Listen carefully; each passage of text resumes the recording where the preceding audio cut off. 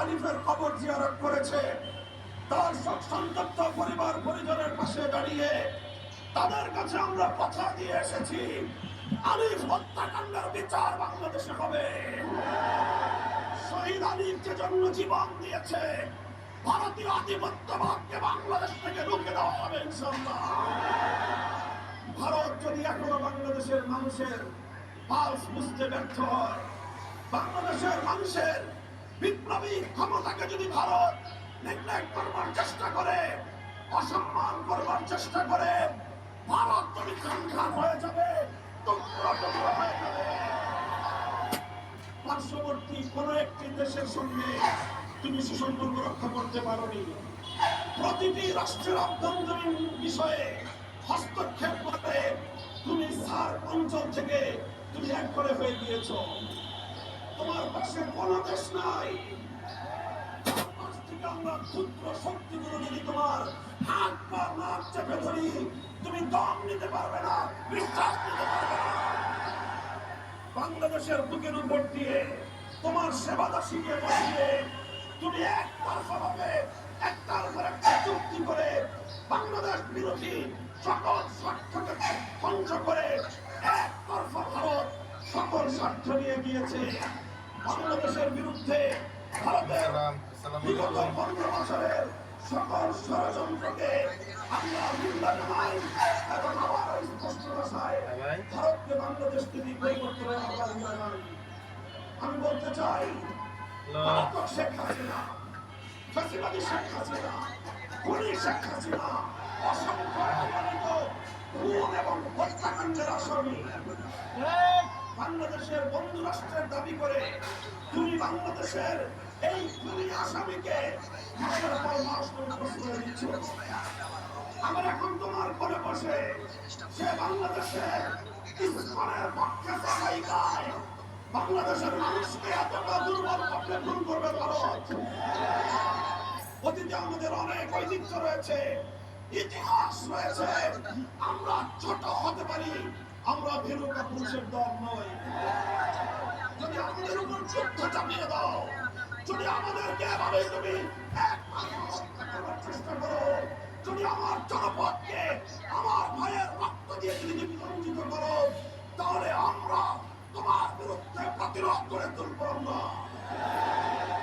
সংগ্রামী সাথী ও বন্ধুগণ, হেফাজতে ইসলাম বাংলাদেশ দেশের সকল ধর্মপ্রাণ মুসলমানদের প্রতি উদাত্ত আহ্বান জানাচ্ছে। শহীদ সাইফুল ইসলাম আলিফের হত্যাকাণ্ড আমাদের স্পষ্ট বার্তা দিচ্ছে। এই হত্যাকাণ্ডের মাধ্যমে বাংলাদেশের নৈরাজ্য সৃষ্টি করে রক্তের হোলি খেলা খেলানো, এটাই হল বাংলাদেশ বিরোধী শক্তির অভিন্ন টার্গেট। কাজেই তাদের এই ষড়যন্ত্রের পাতা ফলে আমরা পা হয়ে গেল। আমরা কোনোভাবেই সহিংস কর্মসূচি পালন করবো না। শান্তিপূর্ণভাবে আমরা তীব্র প্রতিবাদ এবং প্রতিরোধ আন্দোলন করে তুলব। শান্তি হবে আমাদের হাতিয়ার, ধৈর্য হবে আমাদের সৌন্দর্য। শেষ মুহূর্ত পর্যন্ত আমরা ধৈর্য ধারণ করব। আমরা রাষ্ট্রকে বলবো, সরকারকে বলবো, চিন্ময় কৃষ্ণ দাসকে ভালোভাবে রিমান্ডে নিয়ে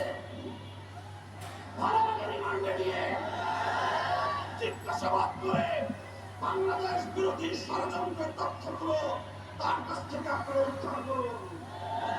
শেখ হাসিনা তাকে কত টাকা দিয়ে তার সন্ত্রাসী বাহিনীকে দেশের বিরুদ্ধে দিয়ে দিয়েছে সেটা উদ্ঘাটন করুন। বাংলাদেশের অখণ্ডতা ধ্বংস করবার জন্য কিভাবে উস্কানি দিয়েছে, কি তাকে মন্ত্র দিয়ে বাংলাদেশে গণবাদ হচ্ছে, সেই তথ্যগুলো উদ্ঘাটন করে জাতির সামনে আপনারা বাংলাদেশ বিরোধী সকল অপশক্তির মুখোশ উন্মোচন করে দিন।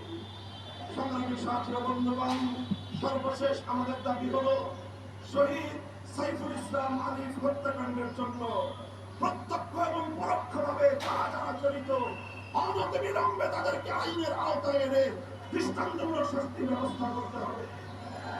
সেই সঙ্গে সন্ত্রাসবাদী, জঙ্গিবাদী সশস্ত্র সংগঠন হিসেবে সৌদি আরব, চায়না, মালয়েশিয়া সহ পৃথিবীর বহু রাষ্ট্রের মতো বাংলাদেশেও ইসলামকে নিষিদ্ধ করতে হবে। করেছেন। আওয়ামী বিরোধী আন্দোলনের সারির সম্মুখ কাতারের কোন কোন রাজনৈতিক দলের নেতারা মায়া কান্না কাঁদেন, স্বপ্ন দেখছেন ভারতের অনুকম্পা নিয়ে ক্ষমতায় যাবেন। আল্লাহ আসলে সম্ভব করে বলতে পারি, ভারতের আর কোন স্পেন্সার বাংলার ক্ষমতার মসনদে আসতে পারবে না। কাজেই বাংলাদেশের জনগণের পাশে দাঁড়ান, ভারতকে নয় দেশের জনগণকে খুশি করুন। ইনশাআল্লাহ বাংলাদেশ সেই আধিপত্যবাদের যুগকে পেছনে ফেলে এসেছে। এখন বাংলাদেশ নিজের পায়ে দাঁড়াবে, মাথা উঁচু করে সামনে চলবে, সকল ষড়যন্ত্রকে মোকাবেলা করবে ইনশাআল্লাহ।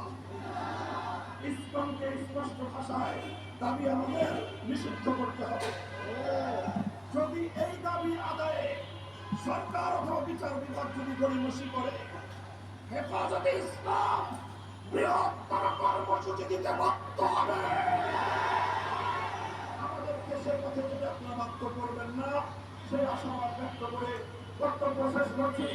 আগামী দিনের সংগ্রাম এবং যে কোনো উত্তাল সময়ে পাশে থাকবার দত্ত আহ্বান জানিয়ে আলহামদুলিল্লাহ। আসসালামু আলাইকুম ওয়া রাহমাতুল্লাহ।